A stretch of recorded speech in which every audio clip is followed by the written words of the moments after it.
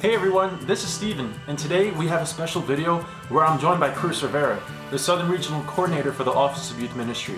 And guess what? It's on Zoom! I've had so many Zoom meetings. But guess what? In this conversation, we'll be talking about ways to reach out to the teens that we serve through social media, generating new ideas, and even how we can kick off Holy Week. Let's jump in.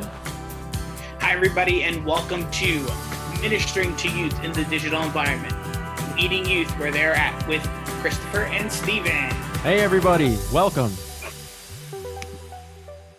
So, to begin off our time today, what we want to do is just take a moment to think about how is youth ministry in the digital environment? Are we doing anything different to minister to your youth? In this ever-changing environment, we know that ministry has not been the same as it used to be.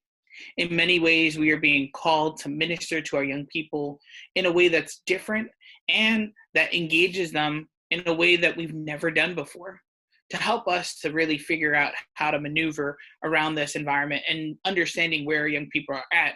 We have Steve Aguino here, who's going to be going in a little bit deeper onto how we can minister to our young people in this digital environment.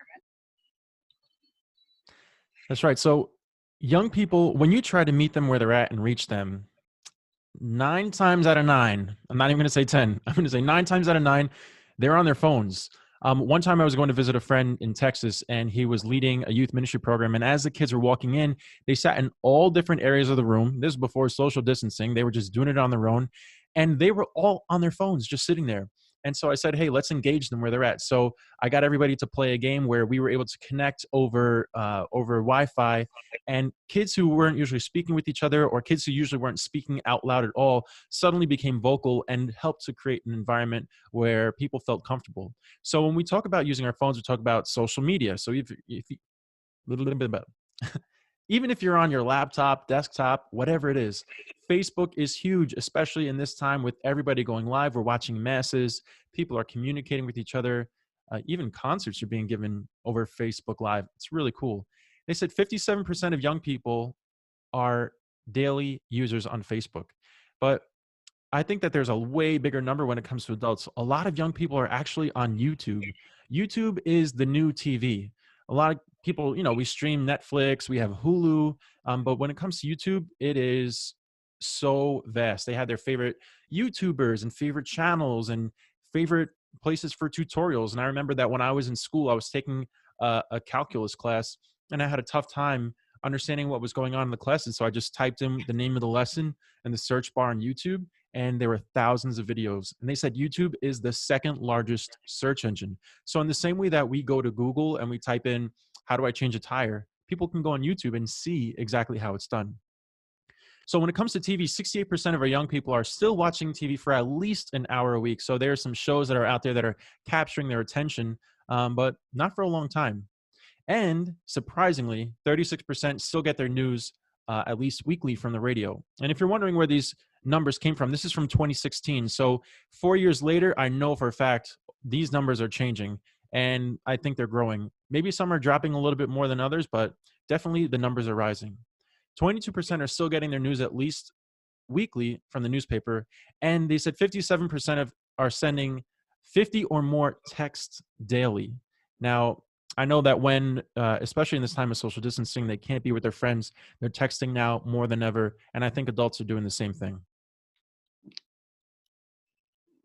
Definitely. And so people have come up with some innovative techniques for digital youth ministry, some of those being utilizing a platform called Zoom.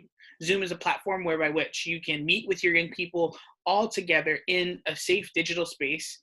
You're able to engage with them and actually be able to share your screen and be able to play games similar to some icebreaker games like those that you would play in school called Kahoot. Kahoot has a lot of amazing resources for our young people. It will allow us to do ministry and to kind of provide that lighthearted environment as we're moving into different topics and different opportunities. And it can also help to center in that conversation. So many times in youth ministry, we would have our young people there, let's say maybe for 45 minutes, an hour and a half. And we would spend time really getting to know one another and then playing an icebreaker, right? And we would try to make that icebreaker connect to the topic for the day. But in a very real way, now we're being called to do this way more efficiently and faster. And so being able to have something that you can curate yourself or is already created on Kahoot. You can basically set it up. It's kind of a game show style game where the young people, they have in their hands the controls of which answer they want to pick. And then it basically gives you a score based upon who's fastest and who's got the right answer. And so that's one real cool, innovative way and a technique that some youth ministers have been able to do digital youth ministry. Another way and format is through an app called Google Hangouts, where you can bring your young people all together and really have an opportunity to get together on the same platform, see one another, engage with one another, pray with one another. And it's a really cool and innovative way to really engage young people where they are at. Another opportunity is called Skype, which many of us know, and basically it's the same kind of a format as a Google Hangouts or a Zoom. It just has very different techniques and opportunities for engaging young people. And in a very real way, there are so many of our Catholic speakers who have now put their content online so that way we can share that content with our young people and then have opportunities to engage them in discussion afterwards.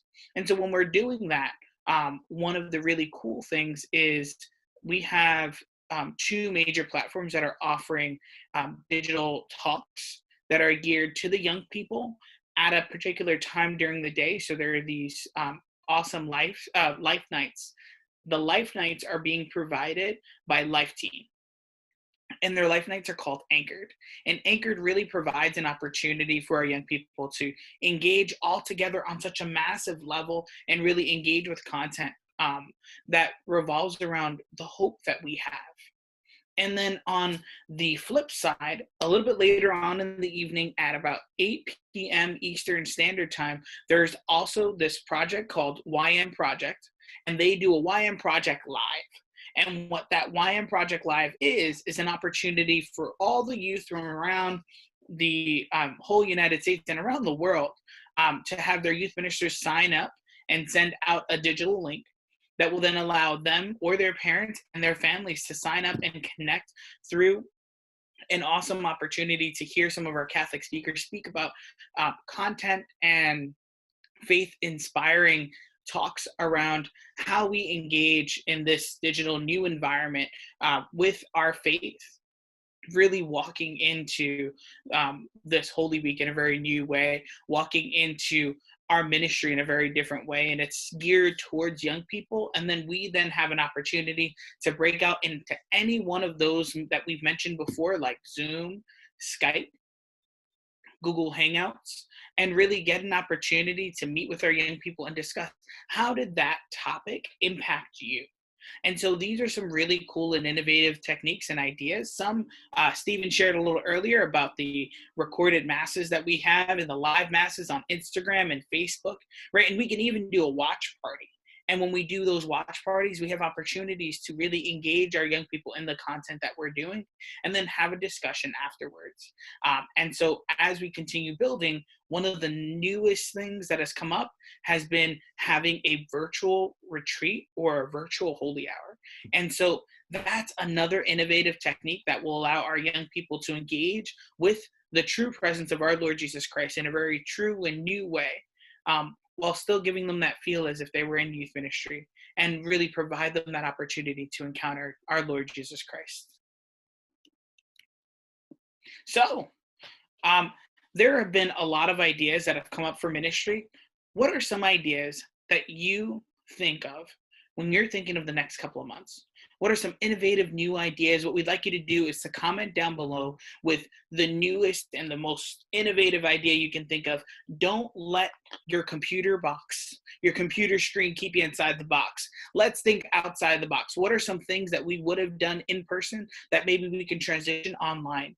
And what are some ways in which we can engage young people that no one's even thought about? Let's share it here on our YouTube page. Let's share it all together, and let's just take a couple of moments to really think about the next couple of months in this new environment, how can we bring Christ to our young people? Steve, do you want to take it away? Absolutely. And so, Chris, as you were mentioning before, thinking of innovative and creative ways for us and youth ministers to reach out to young people, there's one platform that I did not mention earlier on, and that is actually TikTok. And it is blowing up. I know for a fact, if you're a youth minister, you know that your young people are on TikTok or watching TikTok videos, or creating them themselves. So you as a youth minister can create a TikTok page, and you can share inspirational messages, and you can share the faith in ways that they want to consume. So, in thinking of ways that we can move forward in creating content or going to share things, we ask the question, what's one thing you want to do to kick off Holy Week? So, we have some options here. We have virtual Stations of the Cross, where you can do it either pre-recorded or you can do it live. You can have Zoom and Facebook live masses. You can have Facebook watch parties, and people can type in intentions and comment in the comment sections and have discussions while they're watching mass. And then we also have Easter celebrations on Google Hangouts, and Zoom even has an Easter egg scavenger hunt. So these are just ways that we can continue to meet people where they're at, literally, because they can't go anywhere else. So we're meeting them digitally, and we're providing an opportunity for them to participate in their faith and to not fall back and to say, you know what, this is a time that I can relax. This is a time that I can rest or take it a little bit easier. But I think even more so now, this is a time that we have to really dive in and hang on to our faith and to what this really means for us. All right, thank you so much for joining us in this video. If you found the content helpful or valuable, or if you have a question, let us know in the comments below. Follow us on Instagram at OYMNY, and like us on Facebook at Archdiocese of New York, Office of Youth Ministry. We'll see you in the next video.